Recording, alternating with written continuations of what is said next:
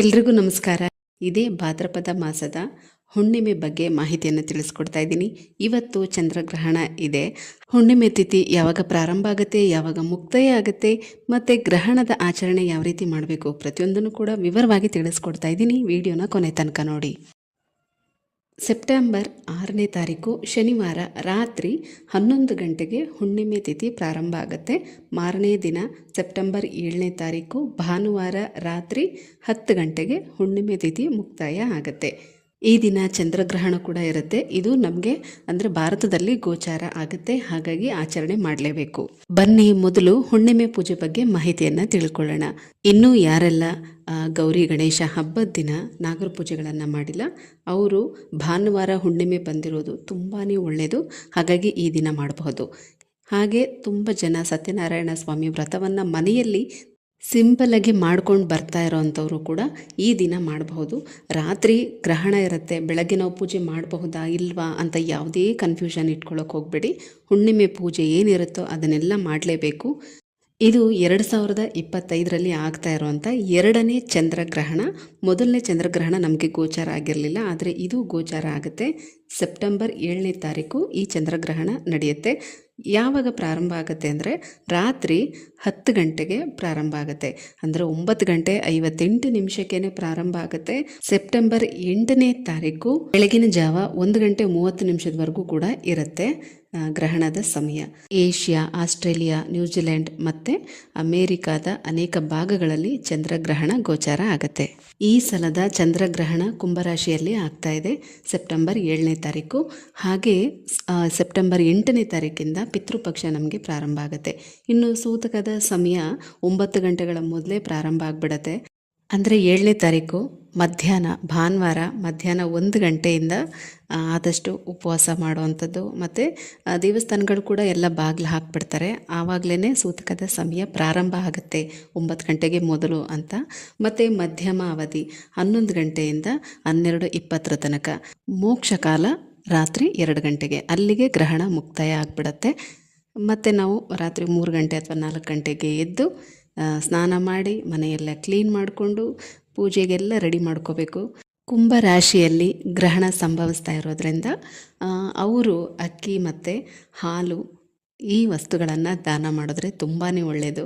ಬೆಳಗ್ಗೆ ಬೇಗನೆ ಎದ್ದೇಳಬೇಕು. ಅಂದರೆ 3 ಗಂಟೆ ಅಥವಾ 4 ಗಂಟೆಗೆ ಎದ್ದು ತಲೆಗೂ ಕೂಡ ಒಂದು ಸ್ವಲ್ಪ ಹಾಲನ್ನು ಹಾಕ್ಕೊಂಡು ತಲೆಗೆ ಸ್ನಾನ ಮಾಡಬೇಕು. ಪ್ರತಿಯೊಬ್ಬರು ಕೂಡ ಅಷ್ಟೇ, ಗ್ರಹಣ ಕಳೆದ ಮೇಲೆ ಎಲ್ಲರೂ ಕೂಡ ತಲೆಗೆ ಸ್ನಾನ ಮಾಡಲೇಬೇಕು. ನಿಮ್ಮ ಶಕ್ತಿಯಾನುಸಾರ ಅರ್ಧ kg ಅಥವಾ 1 kg ಅಕ್ಕಿ ಮತ್ತು 1/4 ಲೀಟ್ರು ಅಥವಾ ಅರ್ಧ ಲೀಟ್ರು ಹಾಲನ್ನು ತಗೊಂಡು ಹೋಗಿ ದೇವಸ್ಥಾನಕ್ಕೆ ಕೊಟ್ಟು ನಿಮ್ಮ ಹೆಸರಲ್ಲಿ ಅರ್ಚನೆ ಮಾಡಿಸ್ಕೊಂಡು ಬನ್ನಿ. ಗ್ರಹಣದ ಸೂತಕದ ಸಮಯ ಮಧ್ಯಾಹ್ನ 1 ಗಂಟೆಯಿಂದನೇ ಶುರು ಆಗೋದ್ರಿಂದ ಆದಷ್ಟು ಹುಣ್ಣಿಮೆಗೆ ತುಂಬ ಜನ ಕಳಸ ಇಟ್ಟು ಪೂಜೆ ಮಾಡೋ ಅಂಥವ್ರು ಅವತ್ತೊಂದು ದಿನ ಸಿಂಪಲ್ಲಾಗಿ ಪೂಜಾ ರೂಮ್ ಎಲ್ಲ ಕ್ಲೀನ್ ಮಾಡ್ಕೊಂಡು ಪೂಜೆ ಮಾಡ್ಕೊಳ್ಳಿ. ಯಾಕಂದರೆ ಮತ್ತೆ ನೀವು ಹುಣ್ಣಿಮೆ ದಿನ ನೀವು ಎಲ್ಲ ಕಂಪ್ಲೀಟಾಗಿ ಪೂಜಾ ಸಾಮಾನು ತೊಳೆದು ಪೂಜಾ ರೂಮ್ ಎಲ್ಲ ಕ್ಲೀನ್ ಮಾಡಿ ಪೂಜೆ ಮಾಡಿದರೂ ಸಹ ಸೋಮವಾರ ಮತ್ತೆ ಮಾಡಬೇಕಾಗತ್ತೆ. ಹಾಗಾಗಿ ಬರೀ ಹೂಗಳನ್ನೆಲ್ಲ ಬದಲಾಯಿಸ್ಕೊಂಡು ದೀಪಗಳನ್ನೆಲ್ಲ ತೊಳೆದು ನೀವು ಹುಣ್ಣಿಮೆ ಪೂಜೆನ ಸಿಂಪಲಾಗಿ ಮಾಡ್ಕೊಳ್ಳಿ. ಸ್ವಲ್ಪ ಗೋಮೂತ್ರ, ದರ್ಬೆ ಇದನ್ನೆಲ್ಲ ತಂದಿಟ್ಕೊಳ್ಳಿ.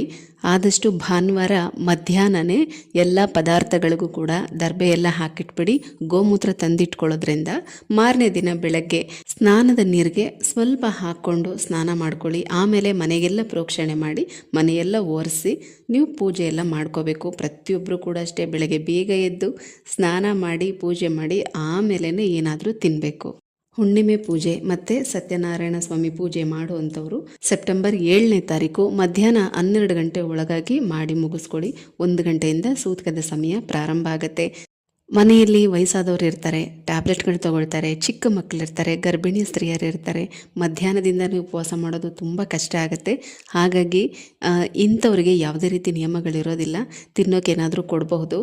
ಮತ್ತು ಆ ದಿನ ಆದಷ್ಟು ಎಲ್ಲರೂ ಕೂಡ ಮಧ್ಯಾಹ್ನದಿಂದ ಉಪವಾಸ ಮಾಡೋದಕ್ಕೆ ಆದರೆ ಮಾಡಿ, ಇಲ್ಲ ಅಂದರೆ ಪರವಾಗಿಲ್ಲ, ಸಂಜೆ 4 ಅಥವಾ 5 ಗಂಟೆ ಒಳಗಾಗಿ ಏನಾದರೂ ತಿಂದು ಇರೋದನ್ನೆಲ್ಲ ಖಾಲಿ ಮಾಡಿ ಪಾತ್ರೆಗಳಲ್ಲಿ, ಅಂದರೆ ಹಿಂದಿನ ದಿನ ಅಡುಗೆ ಮಾಡಿರೋದನ್ನೆಲ್ಲ ಏನೂ ಉಳ್ಸೋಕ್ಕೆ ಹೋಗಬೇಡಿ.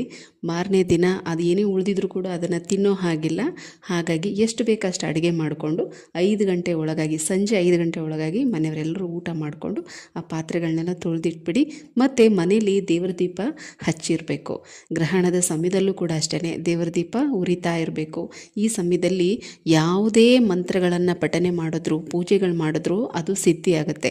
ಅಷ್ಟೊಂದು ಪವರ್ ಇರುತ್ತೆ. ಹಾಗಾಗಿ ಮಕ್ಕಳಿಗೆ ಸರಸ್ವತಿ ಮಂತ್ರಗಳು, ಹಯಗ್ರೀವ ಮಂತ್ರಗಳು, ಗಣಪತಿ ಮಂತ್ರ ಇಂಥದನ್ನೆಲ್ಲ ಹೇಳಿಸಿ ಜಪ ಮಾಡಿಸಿ, ನೀವು ಕೂಡ ಅಷ್ಟೇ ಹನುಮಾನ್ ಚಾಲೀಸ್ ಓದೋದು ಅಥವಾ ವಿಷ್ಣು ಸಹಸ್ರನಾಮ, ಲಲಿತ ಸಹಸ್ರನಾಮ ಇಂಥದನ್ನೆಲ್ಲ ಈ ಗ್ರಹಣದ ಸಮಯದಲ್ಲಿ ಪಾರಾಯಣ ಮಾಡೋದ್ರಿಂದ, ನೀವು ಏನಾದರೂ ಸಂಕಲ್ಪ ಮಾಡಿಕೊಂಡು ಈ ರೀತಿ ಮಂತ್ರ ಸ್ತೋತ್ರಗಳನ್ನು ಹೇಳ್ಕೊಳ್ಳೋದ್ರಿಂದ ಖಂಡಿತ ನೀವು ಅಂದ್ಕೊಂಡಿದ್ದ ಕೆಲಸ ಆಗುತ್ತೆ. ಇನ್ನು ಹಣಕಾಸಿಗೆ ಸಂಬಂಧಪಟ್ಟಂತೆ ತುಂಬ ಸಮಸ್ಯೆ ಇದೆ ಅನ್ನೋವಂಥವ್ರು ಲಕ್ಷ್ಮಿ ಅಷ್ಟೋತ್ತರ ಹೇಳ್ಕೊಳ್ಳೋದು, ಕನಕದಾರ ಸ್ತೋತ್ರ ಹೇಳುವಂಥದ್ದು, ಮಹಾಲಕ್ಷ್ಮಿ ಅಷ್ಟಕವನ್ನು ಹೇಳುವಂಥದ್ದು, ಕಾಲಭೈರವ ಅಷ್ಟಕ, ದುರ್ಗಾಷ್ಟಕ, ಹೀಗೆ ನಿಮಗೆ ಗೊತ್ತಿರುವಂಥ ಯಾವುದಾದ್ರೂ ಸುಲಭವಾದ ಮಂತ್ರಗಳನ್ನು ಮನಸ್ಸಿನಲ್ಲಿ ಜಪ ಮಾಡ್ತಾ ಇರಿ. ತುಂಬಾ ಒಳ್ಳೆಯದು. ಹುಣ್ಣಿಮೆ ತಿಥಿ ಯಾವಾಗ ಪ್ರಾರಂಭ ಆಗುತ್ತೆ, ಯಾವಾಗ ಮುಕ್ತಾಯ ಆಗುತ್ತೆ, ಗ್ರಹಣದ ಸಮಯ, ಜೊತೆಗೆ ಗ್ರಹಣ ಮುಗಿದ ಮೇಲೆ ಯಾವ ವಸ್ತುಗಳನ್ನು ದಾನ ಕೊಡಬೇಕು ಇದನ್ನೆಲ್ಲ ತಿಳ್ಕೊಂಡ್ರಿ ಅಲ್ವಾ. ಈ ಸಲದ ಗ್ರಹಣ ಕುಂಭರಾಶಿಯಲ್ಲಿ ಆಗ್ತಾ ಇರೋದ್ರಿಂದ ಕುಂಭರಾಶಿಯವರು ಯಾರೆಲ್ಲ ಇದ್ದೀರಾ ಅವರು ಅಕ್ಕಿ ಮತ್ತು ಹಾಲನ್ನು ದಾನ ಕೊಡಬೇಕು. ಬೆಳಗ್ಗೆ 8ನೇ ತಾರೀಕು ಸೋಮವಾರ ಬೆಳಗ್ಗೆ ನೀವು ತಲೆಗೂ ಕೂಡ ಒಂದು ಸ್ವಲ್ಪ ಹಾಲು ಹಾಕ್ಕೊಂಡು ತಲೆಗೆ ಸ್ನಾನ ಮಾಡಿಕೊಂಡು ದೇವಸ್ಥಾನ ಬಾಗಿಲು ತೆಗೆದ ಮೇಲೆ ಹೋಗಿ. ಯಾಕಂದರೆ ದೇವಸ್ಥಾನಗಳು ಕೂಡ ಶುದ್ಧಿ ಕಾರ್ಯ ಎಲ್ಲ ನಡೀತಾ ಇರುತ್ತೆ. ಹಾಗಾಗಿ ಬೆಳಗ್ಗೆ ಒಂದು 7 ಗಂಟೆ ಹಂಗೆ ಹೋದರೂ ಕೂಡ ಪರವಾಗಿಲ್ಲ, ತೊಗೊಂಡು ಹೋಗಿ ಕೊಟ್ಬಿಟ್ಟು ಅದನ್ನು ನವಗ್ರಹಗಳ ಹತ್ರ, ಚಂದ್ರಗ್ರಹದ ಹತ್ರ ಇಟ್ಟು ನಿಮ್ಮ ಹೆಸರಲ್ಲಿ ಅರ್ಚನೆ ಮಾಡಿ ಪೂಜೆ ಮಾಡಿ ಕೊಡ್ತಾರೆ. ಯಾವುದೇ ರೀತಿ ದೋಷ ಇರೋದಿಲ್ಲ. ಹೋಗಿ ಈ ರೀತಿ 2 ವಸ್ತುಗಳನ್ನ ದಾನ ಕೊಟ್ಟು ಪೂಜೆ ಮಾಡಿಸ್ಕೊಂಡು ಬನ್ನಿ. ತುಂಬ ಸರಳವಾದಂಥ ಪರಿಹಾರನೇ, ಪ್ರತಿಯೊಬ್ಬರು ಕೂಡ ಮಾಡ್ಕೋಬೋದು. ಅಥವಾ ಎಲ್ಲರೂ ಮಾಡ್ಬೋದಾ ಅಂದರೆ ಖಂಡಿತವಾಗ್ಲೂ ಎಲ್ಲರೂ ಮಾಡಬಹುದು. ಹತ್ತಿರದಲ್ಲಿರೋ ಯಾವುದೇ ದೇವಸ್ಥಾನಕ್ಕೆ ಬೇಕಾದರೂ ತೊಗೊಂಡು ಹೋಗಿ ಕೊಡ್ಬೋದು. ಅದರಲ್ಲೂ ಶಿವನ ದೇವಸ್ಥಾನ ಕೊಟ್ಟರು ಕೂಡ ತುಂಬಾ ಒಳ್ಳೆಯದು. ಹತ್ತಿರದಲ್ಲಿ ಯಾವ ದೇವಸ್ಥಾನ ಇದೆಯೋ ಅಲ್ಲಿಗೆ ತೊಗೊಂಡು ಹೋಗಿ ಕೊಡಿ. ಮತ್ತೆ ಸಿಗ್ತೀನಿ, ಹೋಗಿ ಬರಲಾ?